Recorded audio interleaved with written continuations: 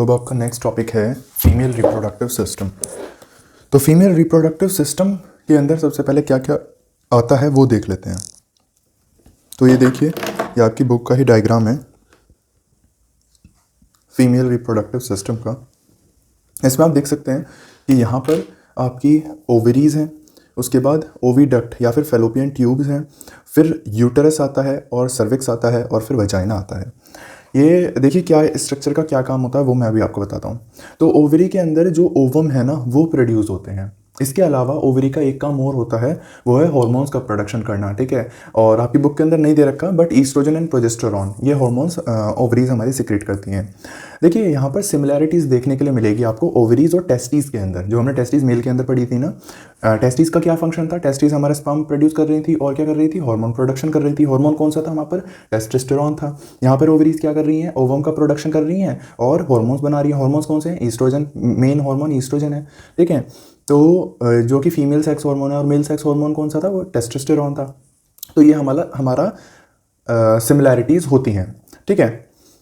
इसके अलावा अब वहाँ पर आपने देखा वॉज डिफरेंस थी, वो ट्यूब जो कि लेके आ रही थी, स्पर्म्स को लेकर के आ रही थी ना, वो ट्यूब यूरेथ्रा तक, वॉज डिफरेंस थी वो। यहाँ पर हमारी फेलोपियन ट्यूब होती है या ओविडक्ट बोल दो, जो कि अब देखिए क्या होता है, यहाँ पर ओवम बना।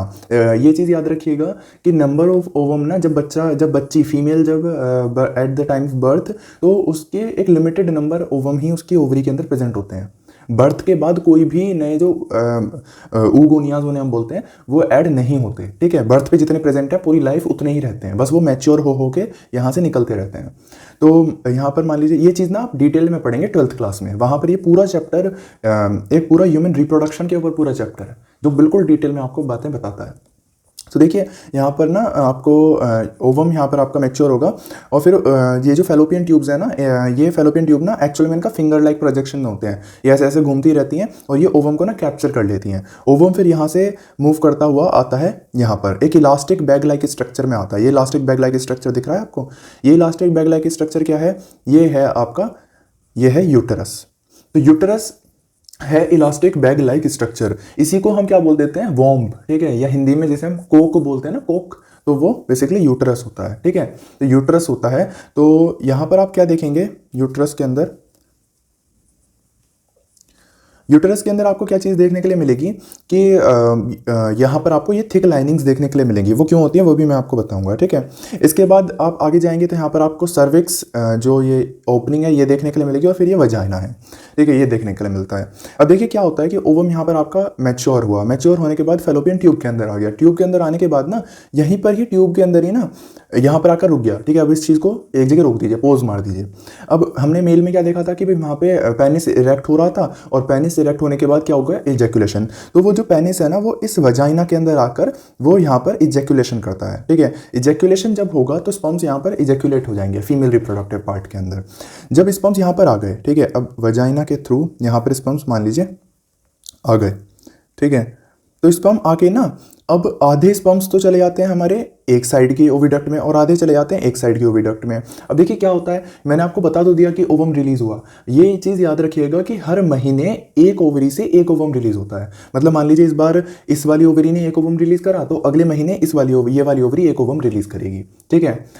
तो यहाँ से स्पर्म आया, अब मान लीजिए उसे आधे इधर चले गए आधे इधर चले गए। मान लीजिए इस वाले ने इस बार रिलीज नहीं करा था, तो जो आधे गए वो भाई किसी काम के नहीं, वो मर गए, ठीक है। बट जो इधर एक ओवम वेट कर रहा था उससे जाकर के हमारा जो ये स्पर्म है ये फ्यूज कर जाता है, ठीक है। फ्यूज करने के बाद यहाँ पर जो फॉर्मेशन होता है उसे हम बोलते हैं जाइगोट, ठीक है। जाइगोट बनता है जब मेल और फीमेल गैमीट्स जब हमारे फ्यूज होते हैं, ठीक है। तो जाइगोट का हमारा फॉर्मेशन यहाँ पर हमें देखने के लिए मिलता है। अब यहाँ पर दो तीन चीज़ें हैं जो मुझे आपको और बतानी है, ये एक मिनट मैं क्लियर कर देता हूँ।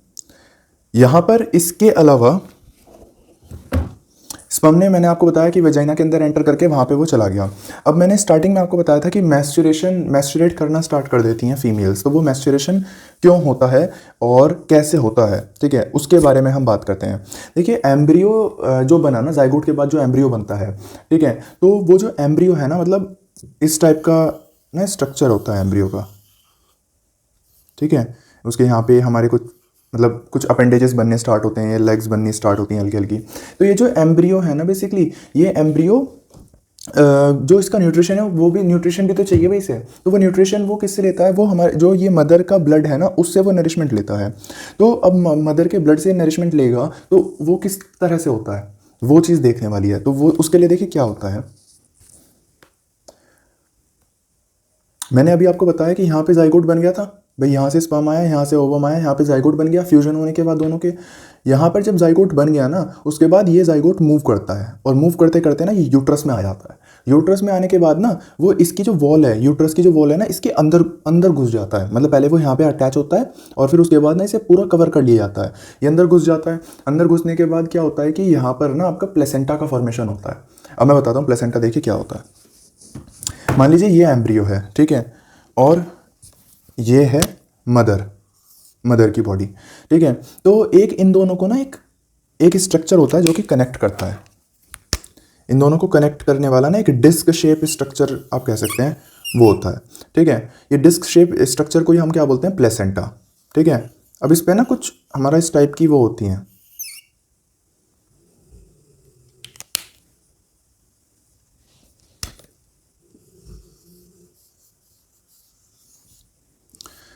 ठीक है। तो ये जो बेबी है, ये जो एम्ब्रियो है, ये मदर का टिश्यू है, ठीक है, मदर टिश्यू है। तो ये मदर टिश्यू से ना एक स्पेशल स्ट्रक्चर की वजह से अटैच होता है जिसे हम बोलते हैं प्लेसेंटा, ठीक है। तो प्लेसेंटा की वजह से हमारा अटैच होता है। अब ये जो प्लेसेंटा है इसका देखिए फंक्शन क्या होता है। ये जो प्लेसेंटा है ना, ये अब देखिए भाई बेबी है, ग्रो कर रहा है, तो इसे न्यूट्रिशन की तो ज़रूरत है, ऑक्सीजन की भी ज़रूरत है। तो ये जो भी खाना पीना है ना इसका, वो इस प्लेसेंटा के थ्रू आता है। अब देखिए इसके थ्रू किससे आ रहा है भाई जो भी आपका न्यूट्रिशन है वो आपका ब्लड के अंदर प्रेजेंट होगा, ऑक्सीजन है वो कहाँ प्रेजेंट होगी, ब्लड के अंदर प्रेजेंट होगी ना। तो मदर का जो ब्लड है ना, जैसे हम कहते हैं ना कि माँ बच्चे को प्रोवाइड करती है, जो भी माँ खाती है वो बच्चा खाता है। तो वो कैसे खाता है, क्योंकि माँ के जो क्या बोलते हैं ब्लड है उसके अंदर न्यूट्रिएंट हैं, क्योंकि माँ ने खाना खाया, डाइजेशन हुआ, वो डाइजेशन होने के बाद जो भी न्यूट्रिएंट हैं वो कहाँ गए, ब्लड के अंदर गए। वो ब्लड इस प्लेसेंटा के थ्रू कहाँ जाएगा, बेबी के अंदर जाएगा, तो बेबी को न्यूट्रिशन मिल जाएगा। इसी टाइप से ऑक्सीजन भी बेबी को मिल जाती है, ठीक है। तो इसलिए वजह से वहाँ पर उसे सांस लेने की जरूरत नहीं पड़ती, क्योंकि डायरेक्टली ऑक्सीजन मदर ब्लड से आती रहती है। अब भाई बेबी है तो एक्सक्रीशन भी करेगा, मतलब वेस्ट प्रोडक्ट भी बनाएगा, तो उसका रिमूवल भी इसी के थ्रू, प्लेसेंटा के थ्रू ही हो जाता है, ठीक है। तो बेसिकली ये जो प्लेसेंटा है ना, इसका यही काम है कि ये मदर और बेबी को दोनों को जोड़ने का काम करता है। अब देखिए मैंने यहाँ पे ये स्ट्रक्चर बना रखा है, ये ना फिंगर लाइक प्रोजेक्शन होता है, इन्हें हम बोलते हैं विलाई, ठीक है। तो ये विलाई पता है, ये जो एम्ब्रियो साइड की जो है विलाइज, ये तो क्या होती हैं विलाई फॉर्म में होता है, और जो मदर साइड में है ना ये हमारे ब्लड ग्रूव्स टाइप में होती हैं, ठीक है। तो वो ब्लड ना यहाँ पर आ जाता है, तो इनके जब विलाई के कांटेक्ट में आता है तो वो अच्छे से डिफ्यूज़ हो पाता है एम्ब्रियो के साइड में, ठीक है। तो ये अभी बहुत ज़्यादा डिटेल में आपके में है नहीं, बस जितना मैंने बताया इतना आप याद रख लीजिए। देखिए ये आपको समझ में आ गया, प्लेसेंटा फॉर्मेशन हुआ, ये सब हुआ। अब आती है बात मैस्चुरेशन की, ठीक है। मैस्चुरेशन, अब आप समझ पाएंगे मेरी बात में क्या कहना चाह रहा हूँ, और इस चीज़ को मैं एक बार और रिपीट करूँगा क्योंकि थोड़ा नया कॉन्सेप्ट है, हो सकता है कई बच्चों के ना आए समझ में।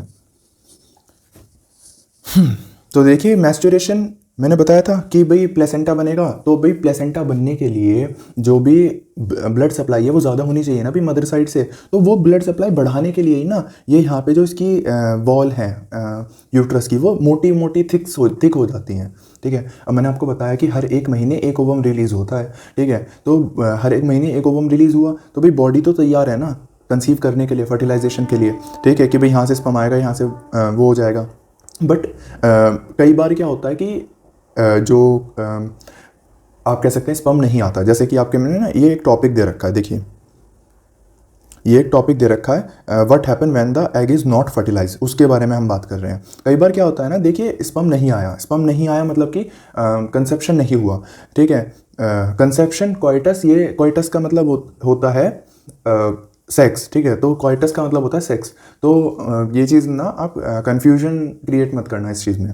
तो देखिए कोइटस या फिर सेक्स नहीं हुआ तो स्पर्म कोई नहीं आएगा, स्पर्म नहीं आएगा तो ये जो यहाँ पे एग है वो फर्टिलाइज नहीं हो पाएगा, वो फर्टिलाइज नहीं होगा तो एज इट इज़ जो ये एग है ना ये ऐसे करके यहाँ पे आ जाएगा यूट्रस में। यूट्रस में आने के बाद ये बाहर निकल जाएगा, ठीक है, इसका कोई फर्टिलाइज नहीं होगा, अनफर्टिलाइज एग हमारा बाहर निकल जाएगा। अब भाई बॉडी ने तो इतनी तैयारी करके रखी थी, इतनी ज़्यादा ये जो वॉल्स हैं ये उन्हें थिक करके रखा था ताकि अगर ओवम फर्टिलाइज जो ये जाइगोट आए तो जाइगोट यहीं पे आ जाए भाई, पर वो तो हुआ नहीं। तो अब क्या होगा इस चीज़ का, ये जो आपकी वॉल है ना, ये जो इतनी थिक हो गई थी, जिनके अंदर ब्लड भरा हुआ है पूरा, वो ना रप्चर हो जाएंगी। वो रप्चर होने के बाद ये सारा जो ब्लड है म्यूकस के साथ वेजाइना के थ्रू बाहर निकल आएगा। ठीक है, तो जो मंथली ब्लीडिंग होती है ना, वो इसी वजह से होती है। ठीक है, और अनफर्टिलाइज्ड जो आपका एग है वो भी इसी के साथ बाहर निकल आएगा। तो ये जो प्रोसेस है ना, ये 2 से लगभग 8 दिन तक ये चीज़ चलती है। ठीक है, मतलब कि मंथ में 2 से 8 दिन के बीच में एक फीमेल को ब्लीडिंग होती है। ठीक है, और ड्यूरिंग दिस पीरियड उसे सीवियर पेन होता है, मतलब कि बहुत ज़्यादा पेन इसी वजह से होता है क्योंकि बहुत ज़्यादा कॉन्ट्रैक्शन हो रहे होते हैं। ठीक है, ये जो एक्सेसिव ब्लड है इसे निकालने के लिए। अब निकालना तो इसीलिए है ना क्योंकि भाई फर्टिलाइजेशन नहीं हुआ। हाँ, अगर फर्टिलाइजेशन हो जाता है ना, तो फिर याद रखिएगा ये जो ब्लीडिंग है ना, ये कभी नहीं होती। मतलब कि अगर जैसे कई बार माना जाता है कि अगर ब्लीडिंग नहीं हो रही है किसी फीमेल को, तो उसका एक जो कंडीशन है ना, वो ये भी हो सकती है कि वो प्रेग्नेंट हो। ठीक है, और भी उसके बहुत सारे कॉजेज़ हो सकते हैं कि भाई न्यूट्रिशन प्रॉपर नहीं है, या फिर हाइड्रेटेड नहीं है बॉडी पूरी तरह, या एनेमिक है बॉडी। ठीक है, और भी बहुत सारी कंडीशंस हो सकती हैं जिनकी वजह से प्रॉपर मेंस्ट्रुअल साइकिल नहीं आती, और ये गर्ल्स के अंदर बहुत कॉमन चीज़ है।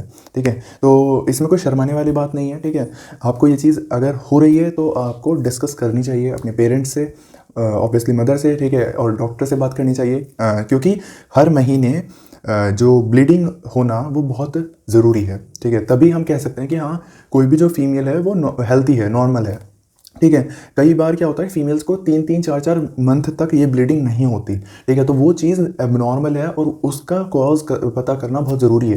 तो आप में से जो भी गर्ल्स हैं, ठीक है, उनको अगर ये प्रॉब्लम आती है कि प्रॉपर जो मेंस्ट्रुअल साइकिल है वो नहीं हो रही है, ठीक है, तो वो चीज़ को आपको टैकल करना चाहिए, वो चीज़ देखनी चाहिए, क्योंकि ये एक प्रॉब्लम भी हो सकता है। ठीक है, तो इसी वजह से आपकी नॉर्मल हेल्थ के लिए बहुत ज़रूरी है कि हर महीने आपको ये ब्लीडिंग होना ज़रूरी है इन केस ऑफ गर्ल्स। तो ये ब्लीडिंग होती क्यों है? क्योंकि मैंने आपको बता दिया, बॉडी ने अपने आप को प्रिपेयर करा, ब्लड वेसल्स बढ़ाई, ताकि भाई वहाँ पर आकर जाइगोट मतलब इंडल्ज हो जाए और वो कंसीव कर लें, प्रेग्नेंट हो जाए फीमेल।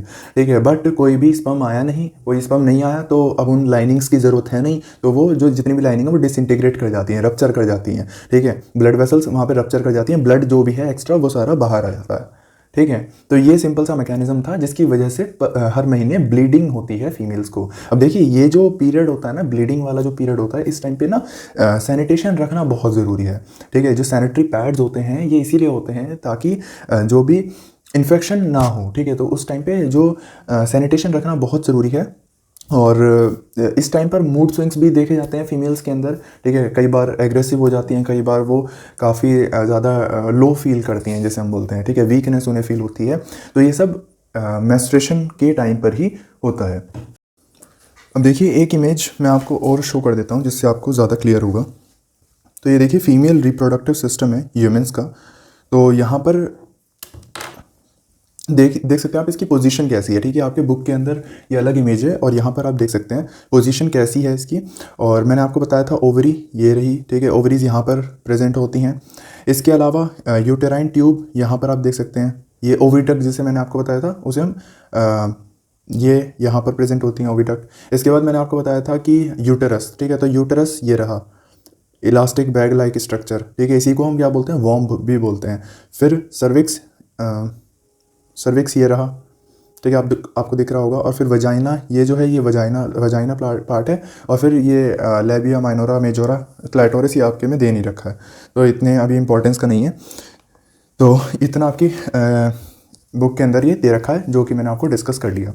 अब हमारा नेक्स्ट टॉपिक आता है, जो कि हमारा 8.3.3 का डी पार्ट, जिसके अंदर हम बात करेंगे रिप्रोडक्टिव हेल्थ की। तो देखिए, हमने बात कर ली कि जो मेल रिप्रोडक्टिव ऑर्गन है वो कैसे होते हैं, फीमेल रिप्रोडक्टिव ऑर्गन कैसे होते हैं। जो सेक्सुअल मैच्योरिटी आ जाती है वो 15 के आसपास आ जाती है, 15-16 के आसपास। तो क्या इसका ये मतलब है कि भाई 15-16 पर ही जो मेल और फीमेल हैं वो मतलब अपनी फैमिली बनाना स्टार्ट करें, मतलब चिल्ड्रन उनके होने लगे? तो क्या इसका ये मतलब आता है? तो देखिए, ये चीज़ समझने के लिए ना, क्यों जो गवर्नमेंट ने जो एज रखी है भाई 18 साल के बाद, और वो क्यों रखी है फीमेल्स के लिए, क्यों रखी है? इसलिए रखी है क्योंकि भाई देखिए, सिर्फ एक जो आपकी सेक्सुअल मैच्योरिटी है, सिर्फ वही एक क्राइटेरिया नहीं है। ठीक है।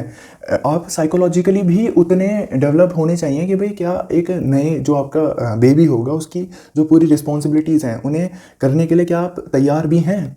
क्योंकि अगर मान लीजिए आप खुद दूसरे पर डिपेंड हैं तो आप अपना जो बेबी है या चिल्ड्रन है, बच्चे हैं, उन्हें आप कैसे आप कह सकते हैं कि उन्हें कैसे आप कर पाएंगे, ठीक है, मैनेज कैसे कर पाएंगे।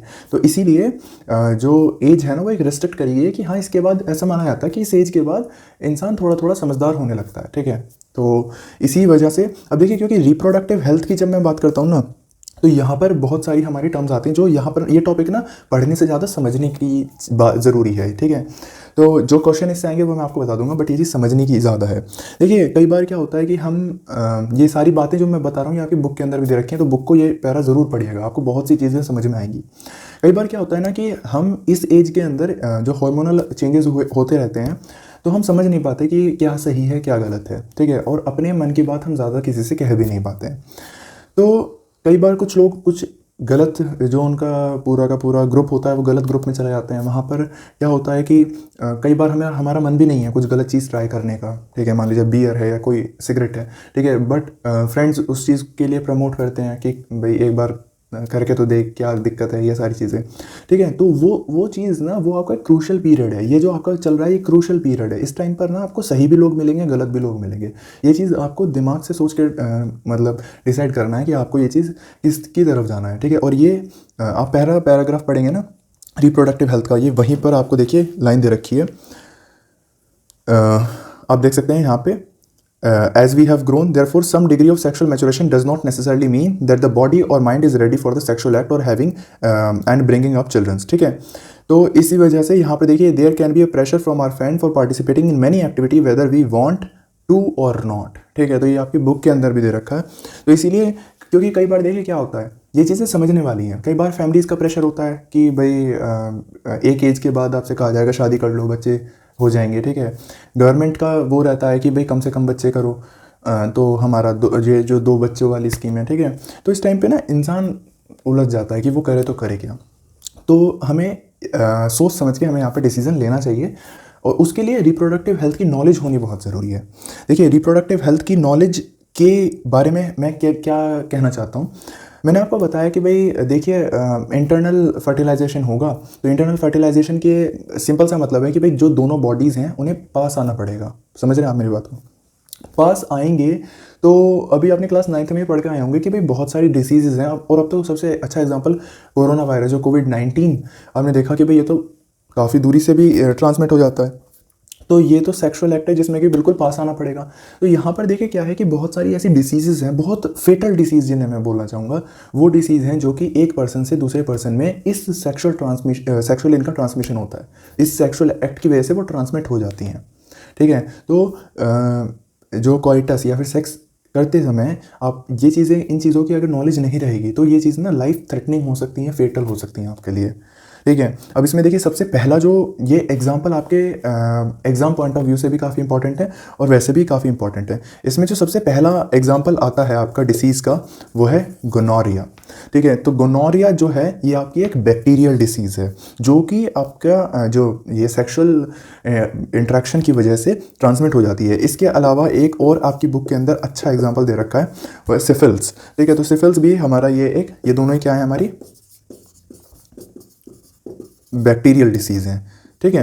तो ये दोनों ही बैक्टीरियल डिसीज़ हैं जो कि सेक्सुअली ट्रांसमिट होती हैं। ये चीज़ें याद रखिएगा, इंपॉर्टेंट हैं, पूछा जाएगा, ठीक है, आपसे। इसके एग्जांपल ये दोनों बैक्टीरियल डिसीज़ हो गई। बैक्टीरियल के बाद हमारी कुछ इसमें वायरल डिसीजेस भी हैं जो वायरस की वजह से होती हैं, ठीक है, वो भी ट्रांसमिट हो जाती हैं, ठीक है। और इसके अंदर हमारा जो आपने नाम सुना ही होगा वो तो है एड्स, ठीक है। तो एड्स है जो कि किसकी वजह से होती है? एड्स होती है HIV की वजह से, ठीक है। ये जो ह्यूमन इम्यूनो डेफिशिएंसी वायरस है ना, इसकी वजह से ये एड्स होती है, ठीक है। तो अब देखिए क्या होता है कि ये जो वायरस है ना ये सेक्सुअली ट्रांसमिट होता है, ठीक है। और इसके अलावा एक जो अच्छा एग्जांपल है वो है वार्ड्स। ये दोनों ही हमारी क्या है, वायरल डिसीज़ हैं, वायरल डिसीज़ हैं। तो ये इनका यहाँ पर हमारा ट्रांसमिशन होता है। अब बात यह आती है कि क्या कोई तरीका है जिसकी वजह से हम इन चीज़ों को रोक सकते हैं, इन डिसीज़ को होने से रोक सकते हैं? तो भाई देखिए सबसे पहला जो तरीका है ना वो तो यही है कि जो किसी भी अननोन पर्सन के साथ सेक्स को अवॉइड किया जाए, वो सबसे अच्छा मेथड है, ठीक है। बट अगर कभी ऐसा हो भी जाता है, ठीक है, कभी ऐसा हो भी जाता है तो उस केस में ना हम कॉन्ट्रासेप्टिव मेजर्स ले सकते हैं। कॉन्ट्रासेप्टिव मेजर्स क्या हैं? वो तरीके जिनसे इन इन डिसीजेस से और अनवांटेड प्रेगनेंसी से भी बचा जा सकता है। इसके अंदर सबसे पहला जो हमारा एग्जाम्पल आता है वो है, ठीक है, कॉन्डम्स। तो कॉन्डम्स में देखिए क्या होता है कि ये दोनों ही टाइप के आते हैं, ठीक है, मेल भी एंड फीमेल भी, दोनों ही, ठीक है। तो मान लीजिए ये पेनिस है, ठीक है। तो ये ना एक प्लास्टिक लेटेक्स का, ये प्लास्टिक टाइप में रबर टाइप होता है। ये यहाँ पे जब हम पेनिस के ऊपर जब हम इसे रोल कर देते हैं, ठीक है, तो क्या होता है कि इसके बाद जब अगर सेक्सुअल इंटरकोर्स होगा, ठीक है, तो क्या होगा कि जो पेनिस है वो इजैक्यूलेट किसके अंदर करेगा? इस शीट के अंदर करेगा, जिसकी वजह से जो स्पर्म्स हैं वो यहीं पर रह जाएंगे, सीमेन पूरा यहीं पर रह जाएगा। तो जो फीमेल रिप्रोडक्टिव ट्रैक्ट है, दैट इज़ वजाइना के अंदर कोई भी जो स्पर्म है वो नहीं जा पाएंगे, ठीक है। तो एक्चुअल ट्रांसमिशन तो इसी सीमेन की वजह से हो रहा था। और सीमेन मतलब अगर मैं एनिमल्स की बात करता हूँ उसके अंदर तो बहुत सी डिसीजेज जो सीमेन की वजह से ट्रांसमिट हो जाती हैं। तो सीमेन ट्रांसमिट नहीं होगा, मतलब सीमेन अंदर नहीं जाएगा, फीमेल बॉडी के अंदर नहीं जाएगा, तो जिसकी वजह से क्या होगा कि कोई भी डिसीज़ नहीं जाएगी, ठीक है। अब भाई देखिए, ये कवरिंग हमने यहाँ पर लगाई है पेनिस के ऊपर, यही सेम कवरिंग अगर हम बात करें फीमेल वजाइना की, तो यही सेम कवरिंग हम कई बार क्या करते हैं फीमेल वजाइना पर भी लगा देते हैं। तो वहाँ पर भी हमारा इसका सिमिलर काम होता है कि बेसिकली इन्हें ना हम बैरियर कॉन्ट्रासेप्टिव बोलते हैं। बैरियर का मतलब क्या है कि ये स्पर्म को बॉडी के अंदर जाने से रोकती हैं, सीमेन को, ठीक है। तो सीमेन जो मैं वर्ड बोल रहा हूँ ना, कोई स्पर्म प्लस वो जो ग्लैंड्स थी डिफरेंट, उनका जो फ्लूइड होता है उसे मिलाकर ना हम सीमेन बोल देते हैं, स्पर्म और उन फ्लूइड को मिलाकर। तो ये जब अंदर जाएगा ही नहीं तो डिसीज़ भी कोई ट्रांसमिट नहीं होगी। तो ये हमारा पहला मेथड हो गया, ठीक है। आपने सुना होगा ये HIV एड्स और इन सब में ना काफ़ी इस चीज़ का रोल है। अब इसके अलावा आता है हमारा कि हम ये जो आपको बताया कि जो डिसीजेज है ना उससे सिर्फ यही बचाएगा, मतलब कॉन्डम ही बचा पाएगा, ठीक है। बट बाकी जो मैं कॉन्ट्रासेप्टिव मेजर बताऊंगा वो सिर्फ अनवांटेड प्रेगनेंसी के लिए हैं, ठीक है। अनवांटेड प्रेगनेंसी के लिए हमारे इसमें सबसे पहले आता है कि आप हार्मोन्स के अंदर चेंज ला दो, ठीक है। और वो कैसे आता है? आपने देखा होगा ये जो पिल्स, ठीक है। अब आप जब 12th क्लास में जाएंगे ना, आपको एक नया नाम पढ़ने के लिए मिलेगा, सहेली, ठीक है। तो वो भी एक पिल्स की वो कंपनी का नाम है।